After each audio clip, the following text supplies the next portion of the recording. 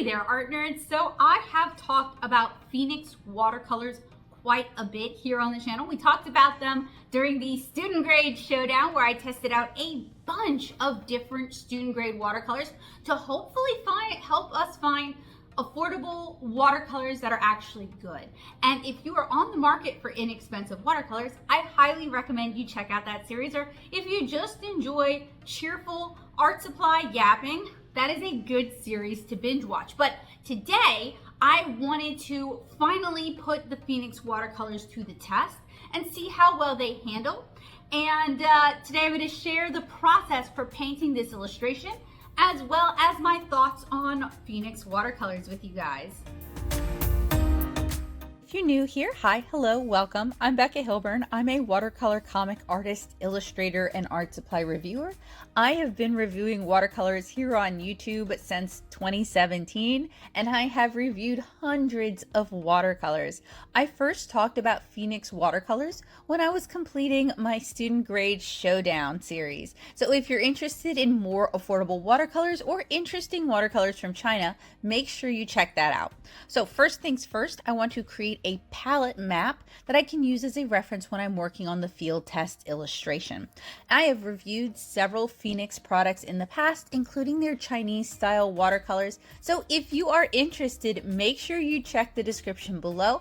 I will have links to relevant videos. I will have the show notes from this field test, and I'll have any other information that I might think you guys would find useful or relevant while working on the field test and working on the narration. So I hope you guys enjoy. The illustration from today's field test is from my book series, Lilliputian Living. It is from the second volume, Les Petites Plaisirs de la Vie, The Tiny Pleasures in Life, and it is a summertime illustration to depict the kind of clothing that Lilliputians would wear in extremely hot weather. And I called this illustration berry picking. So I found that all of the Phoenix watercolors activate very quickly, very easily. These are the kind of watercolors that if you leave water on them, they're going to turn soupy. So you want to make sure if you're working with these that it's not on a super humid day and you're not working in a closed space that doesn't get good air circulation, because you really want to kind of make sure that these paints dry out as you're working. They reactivate very, very quickly though, so that's not going to be a big problem. It's not like you have to scrub to get color. Now, I'm not sure what the binder they use for these is. I have reviewed, as I mentioned, several Phoenix watercolors as well as several brands that use Phoenix watercolors, including Zen Art and Cotman watercolors, and I still don't know what the binder is. But if you know what the binder is, please do let me know, because I'm very curious about that.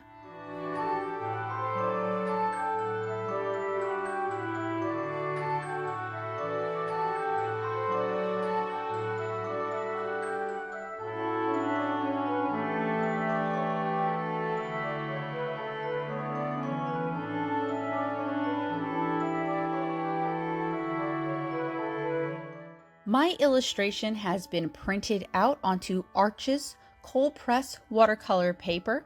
It has been repenciled and re-inked, and I am starting with a punch watercolor technique, which is one that I've been using a lot. I actually have a tutorial on it if you're interested in learning how to do this technique. It's a lot of fun, and it adds a lot of like movement and chaos to a watercolor illustration, so I really like it.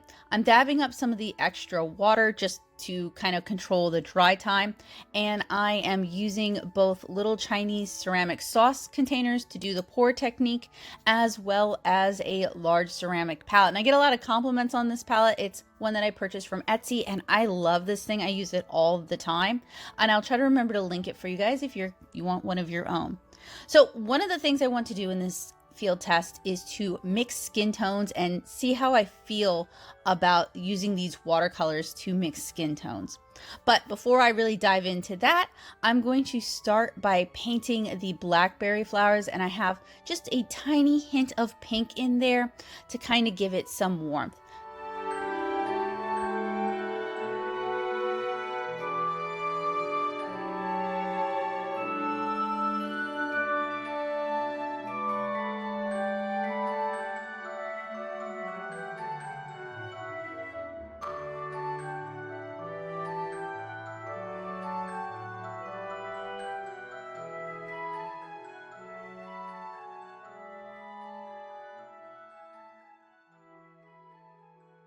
I was able to mix a decent skin tone pretty quickly. This is not my usual mix. I wanted her to have a darker skin tone, and I also wanted to make it look like she had kind of a suntan, since this is a summer inspired illustration.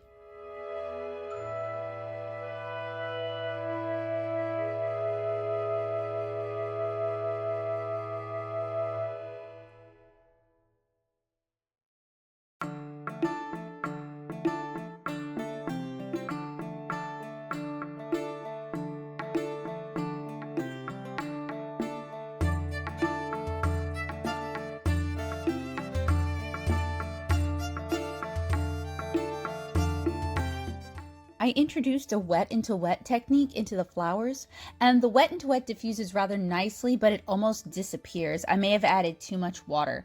It's not necessarily a big deal. I wanted to see how it will do, and I do end up reintroducing wet into wet several times in this illustration. I'm painting the blackberry flowers, so I decided to lean towards light pink, like their cousins, roses, rather than white. And as I'm working, I'm not noticing any scaling with the wet into wet, which is nice. Diffusion is moderate and it's easy to control. As I mentioned earlier, I did not pre-activate these paints, and I find that they activate very easily with no scrubbing. They seem rather soft. The colors are very vibrant, and I'm not sure if it's because I'm choosing yellows and yellow greens and hot pinks, but it almost seems like they're a little bit too saturated, but it's still early in the image though, so we'll see.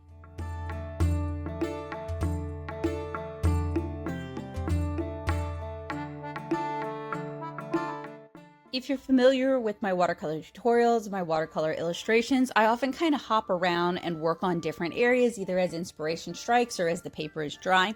So in this instance, I'm using kind of a reddish violet to start adding in some shadows to the skin tones.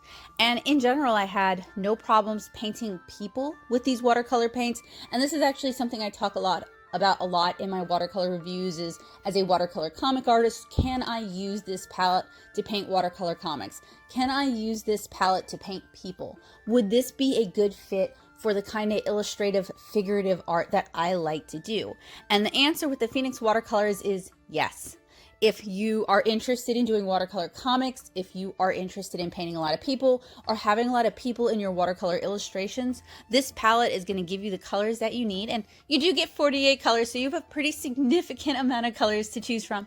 It's going to give you the colors you need and the granulation you're looking for to be able to paint tiny little faces without the details getting really obscured with too much opacity or too much granulation that might make the faces look, overly muddy or difficult to read.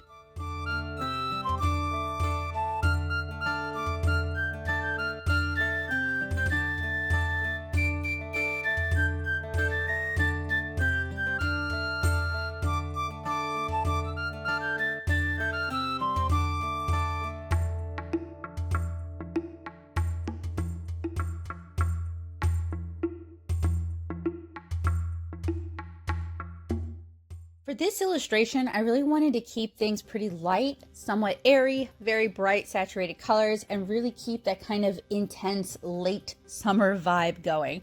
I'm from, as you guys probably know, Southeast Louisiana. I talk about it a lot, and late summer is kind of our hurricane season, and it gets oppressively hot and humid. And as long as we're getting rain, everything is like in full production, full like producing fruit and super green leaves and that kind of stuff. And I kind of wanted to bring some of that high color vibrancy to this illustration. Like everything is just bursting with life.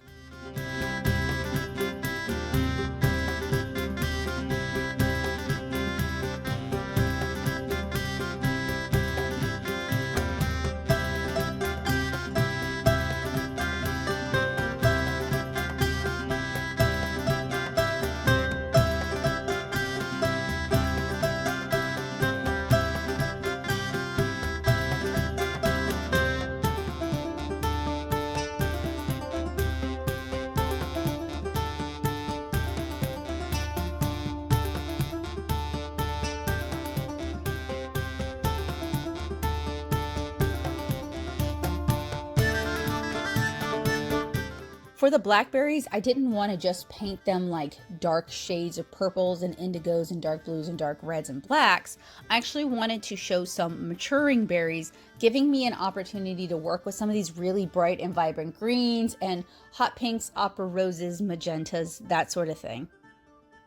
And it also gives me an opportunity to work wet into wet again and allow the colors to kind of diffuse and not overwork it so much. Now, these surprisingly don't muddy the water as fast as I would expect. So if you forget to change out your rinse water, or if you do too limited space like me, you're using one rinse cup, and really I would recommend you use two, one clean and one dirty, but I have limited space on my table, so we're down to one. So I just change my water often. These are pretty good for that because they don't muddy the water that quickly. I'm also working in now some magenta and dabbing in some indigo and some purple for our more mature blackberries. This would have been, I think, where I would have started to notice wet into wet scaling, wet into wet patchiness, sluggishness with the colors, or a refusal to move.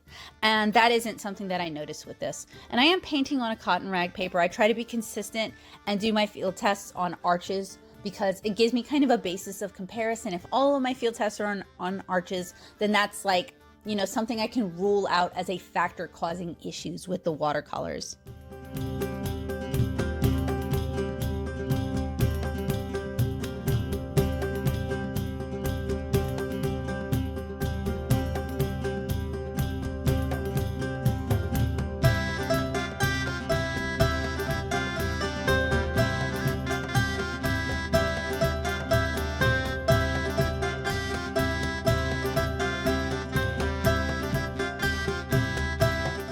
These paints also take layering pretty well, and that's another trait that I'm looking for when I'm looking at watercolors that might work for watercolor comics. I like to do a lot of layers. I know not everybody works that way, but I judge watercolors kind of based on what I like in watercolors and what I find useful, and I try to share that with you guys to reach the other people who paint similarly to how I paint.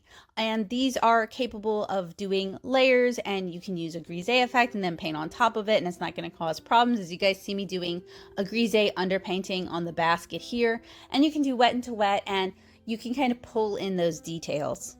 The only thing I noticed really, and we'll get into this a little bit more, is they do tend to lose a lot of coverage as you add water, and that happens pretty quickly, and that's fairly common for student grade paints.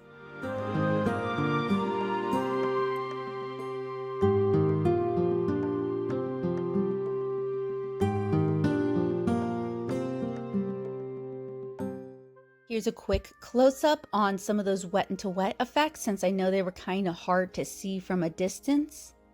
You can also see how the skin tones have kind of layered, and there's the water to show you that it's a little muddy, but it's not really as muddy as I expected. So going back in, I also noticed that you can do some lifting. At least the Payne's Gray / Indigo allowed me to lift it back somewhat. And it makes me curious, how liftable will these be? So these seem like a student grade, but a good student grade, probably similar to Meliang pigments. It's decently easy to mix colors, you get decent layers, you can achieve decent mixes, good saturation. These might be a little bit prone to being lifting, but that's not the worst. These are great on cotton rag paper. The color selection is good and the neutrals are decent, so there's no issues with the skin tone turning gritty. Now, since these are easy to lift, you may want to exercise caution when you're layering these. These also obscure the line art, so re-inking may be necessary.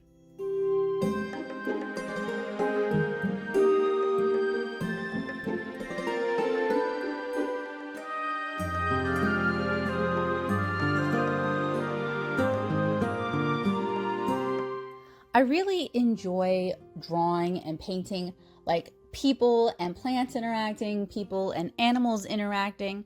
That's why I spend so much time drawing tiny people, is it really gives me a chance to kind of explore this subject matter. And I'm really glad that I can share it with you guys, whether it's in art supply reviews or field tests like this one. I think I've mentioned this before, but I'm going to be moving more of my tutorials either to my website, to my mailing list, or to Patreon. Some of them will, be behind paywalls. A lot of them will still be free. It's just that YouTube doesn't really like when I share tutorials. I get punished algorithmically. It is not the sort of thing people are searching for on my channel, but I do still want those art resources to be available. I just don't want to be punished by the algorithm god. So I'm hoping to put together a part of my website that kind of hosts some of my favorite tutorials. And don't worry, I'm not taking down the tutorials that I've already shared. I'm just kind of shifting where I will be sharing tutorials in the future, so that I'm not so hidden by the algorithm. It's unfortunate, but you know, that's where YouTube is, and I can't fight YouTube anymore. So with the leaves, they provided a really fun opportunity to do some larger wet into wet, applying this kind of bright sappish spring green, and then while they're still wet, dabbing in this darker green and allowing it to diffuse out. And that way we get this kind of really soft shading towards the center of our blackberry leaves.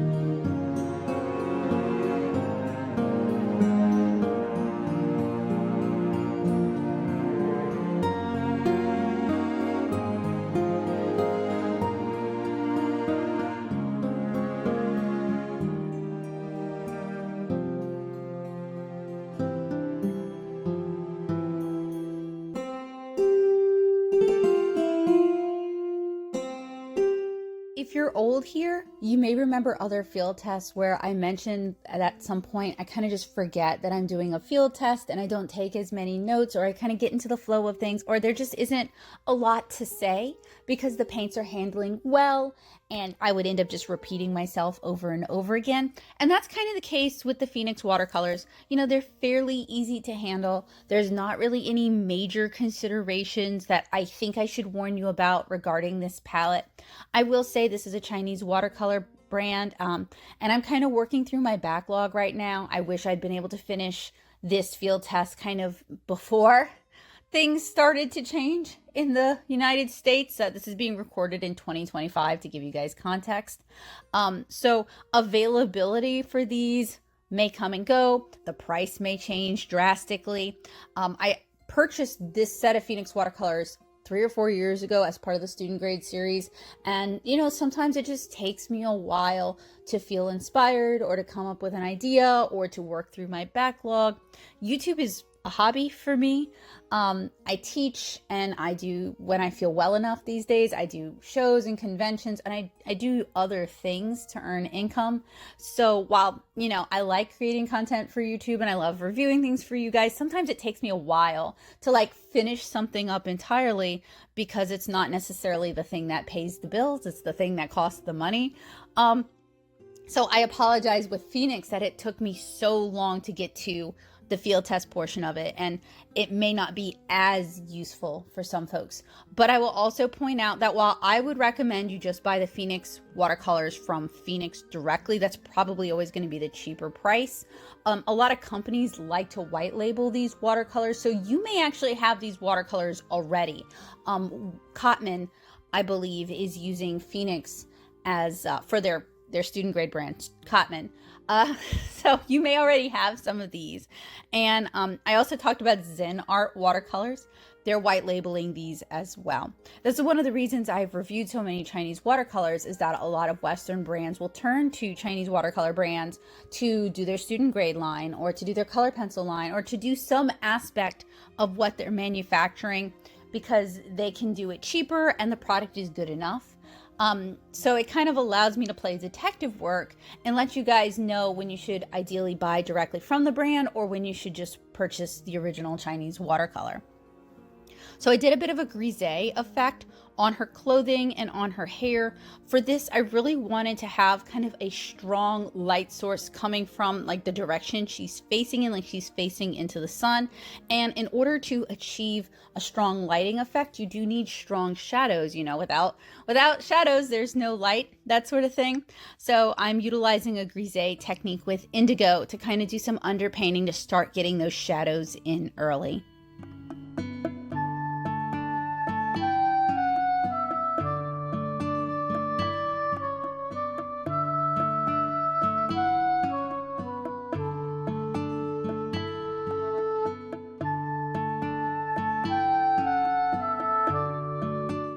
Now, I didn't want this to be all wet into wet. I also wanted to kind of go back in with darker colors and start kind of carving in some details, or also adding in like layers to add in more shadow and to add in more contrast, which is what I'm doing here with the blackberry leaves. I find that these paints work well in like a medium Kool-Aid or stronger sort of solution, maybe tending towards milk, if that makes sense. The more you water them down, like I said, they lose their color very quickly, and that's not uncommon for student grade paints. If you want those like really kind of nuanced washy watercolors, My Marie Blue makes some really phenomenal watercolors, and I think Core has really good tinting strength for their colors. For these, I guess I should say their tinting strength is not so great. You do need to mix a little bit more to be able to achieve color. And it does take a little bit of getting used to if you're not used to working with student grade paints. So in the past, I have recommended that people just start out with smaller tubes of professional grade paints and like a smaller selection of paints, and then add on from there. But like as a comic artist, even I recognize that even though that's how I got started, and you know, sharing like paint swatches with friends and like splitting not splitting half pans, but splitting a tube into half pans and things like that. I had friends who watercolored at the time who lived nearby who were willing to do that with me. Not everybody has that. I don't have anybody like that here in Louisiana. So I recognize like my advice back then of like, you know, go with professional grade. If you can, just get a little at a time and find people to like exchange with. It's not really feasible.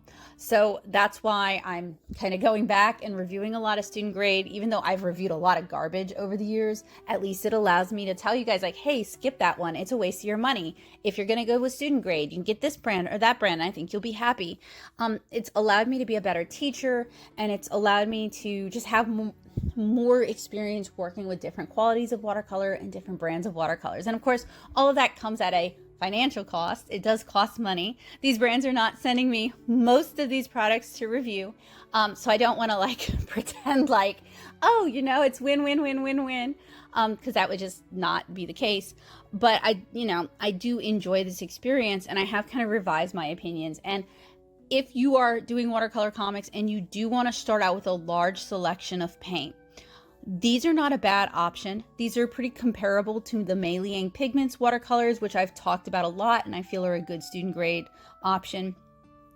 Zen Art and Cotman seem to be using Phoenix as their half pan watercolors, but again, if Phoenix is available, I would recommend just going with Phoenix directly if you have the option, as it tends to be more affordable. The Cotman Travel Palette is nice, and it does offer an interesting form factor that might be worth the additional cost if you are a travel painter, if you're a convention artist, if you are a plein air painter, or you just don't have a lot of space where you can like set up and work.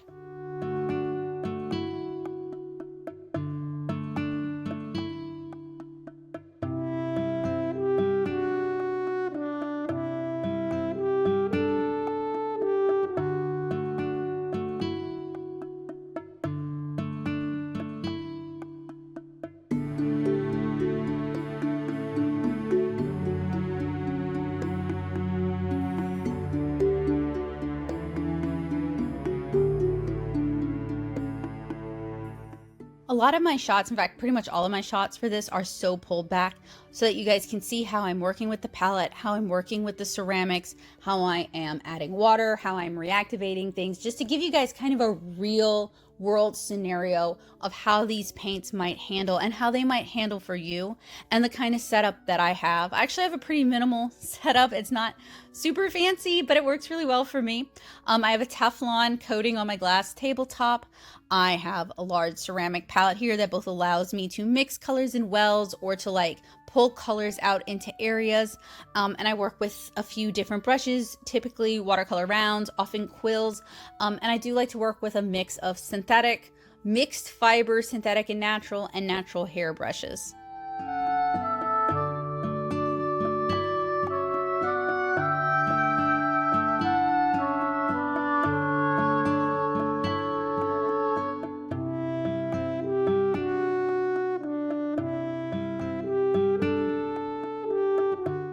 I mentioned earlier that you can definitely layer with these and to just be a little bit careful of lifting. So you guys can see I've done a lot of layers on this illustration. That's typically how I paint, and it's one of the reasons I like to work with cotton rag paper is it can hold onto those pigments better.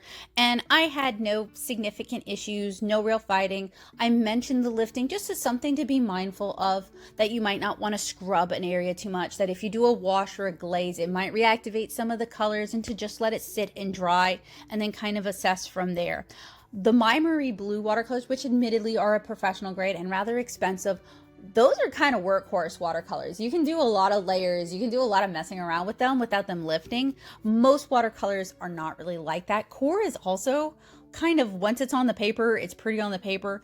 These are not really like that. So if you have experience with those brands, these are not similar, but they will kind of teach you to be kind of careful, kind of orderly with how you apply your watercolors and kind of think about the order of operations that you want to work in. And I don't think that's a bad habit to pick up.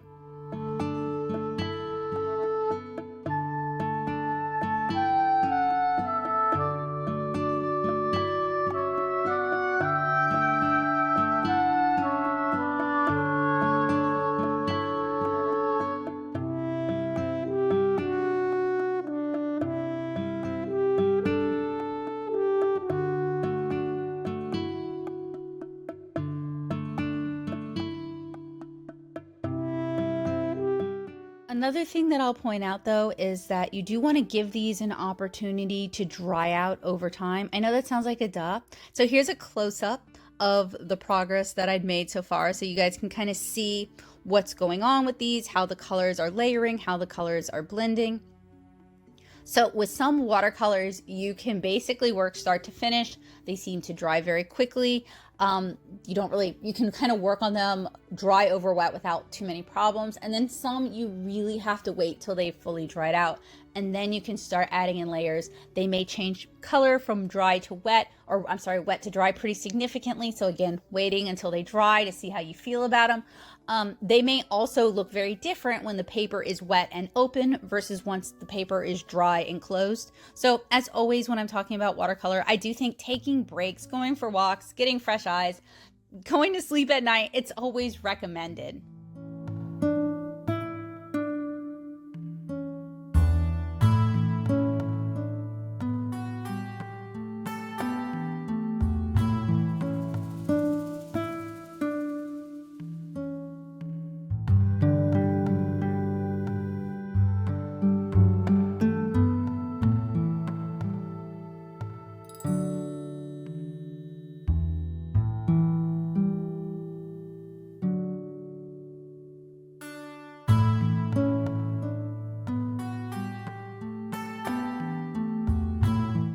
So since we're almost finished with this field test, I wanted to talk about the pros and cons of these watercolors.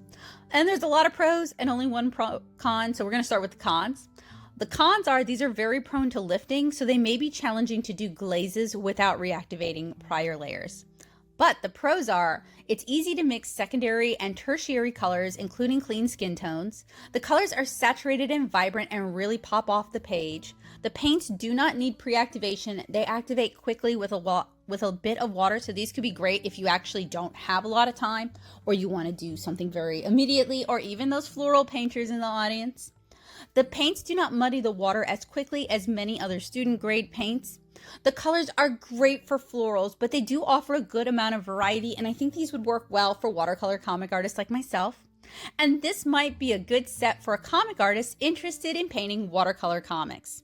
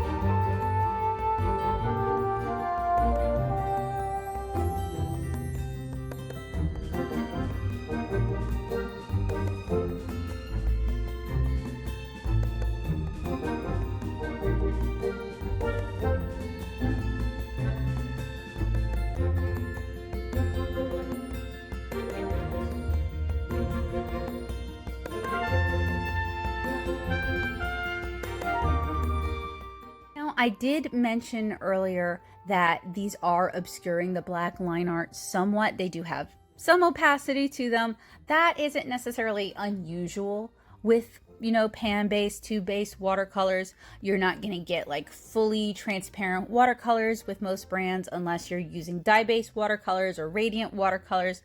So I am going in and re-inking it just a bit. I apologize that my head is in the shot, but it's important for me to see what I'm doing, just as it's important for you guys to be able to see what I'm doing. And I'm just kind of adding another layer of line art. I'm just kind of cleaning things up so that the end result doesn't look that muddy. Now, if you are doing a watercolor comic like 7-inch Cara where you don't ink it, you just pencil it, which you can read it for free at 7inchcara.com. I don't necessarily think it obscuring the line art is a big deal. I don't think it's a deal breaker. You might not even notice it. It's more relevant if you do a line art like I'm doing, that you want to go back and kind of clean it up afterwards. This can really make a difference with the contrast. It can really make a difference with whether or not your watercolor illustrations pop, or if line art even works for you. So I do recommend taking the time and deciding whether this is a step that you need to do on a per piece basis. And you don't even really need to re-ink the whole thing. You just need to re-ink the areas in shadow that would benefit most from having that black line, because when we ink a watercolor piece to begin with, we're kind of going in with a certain amount of contrast in mind. So when it gets muddied and obscured by the watercolors, that kind of messes up that contrast balance, and re-inking it just kind of reestablishes that.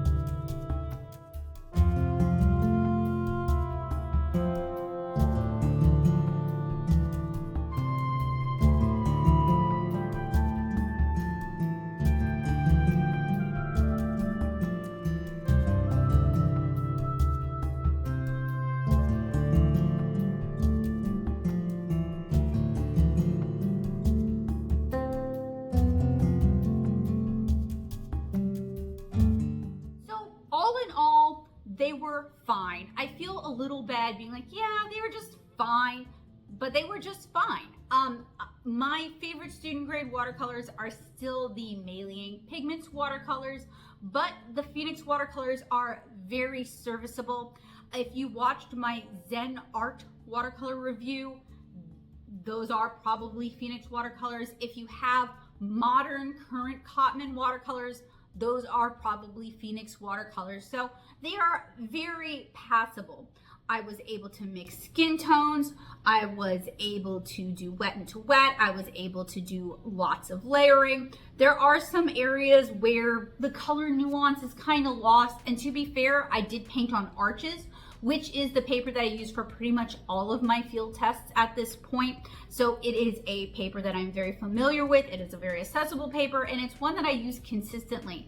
And it allows me kind of a good middle ground to be able to judge these paints. So they are fine. I would say maybe a little bit worse than the Malaying Pigments, but that could just be like a matter of bias on my part.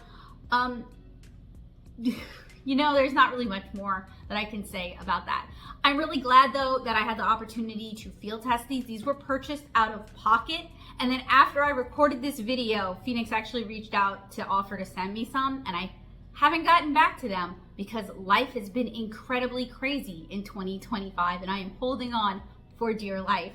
But those were purchased out of pocket with funds from my Patreon. If you enjoy what I do and you'd like to help me continue to do it, if you value art education and you realize that this is a resource that is becoming increasingly scarce, please consider joining me over on Patreon at patreon.com/natosoup.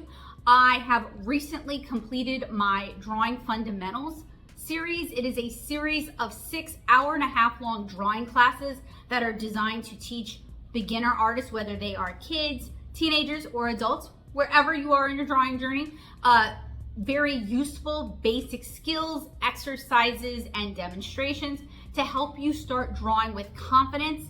So that is over on Patreon. That is also available through my mailing list. You can find a link to sign up for my mailing list so you never miss information from me, you never miss updates. You can find that down in the description below.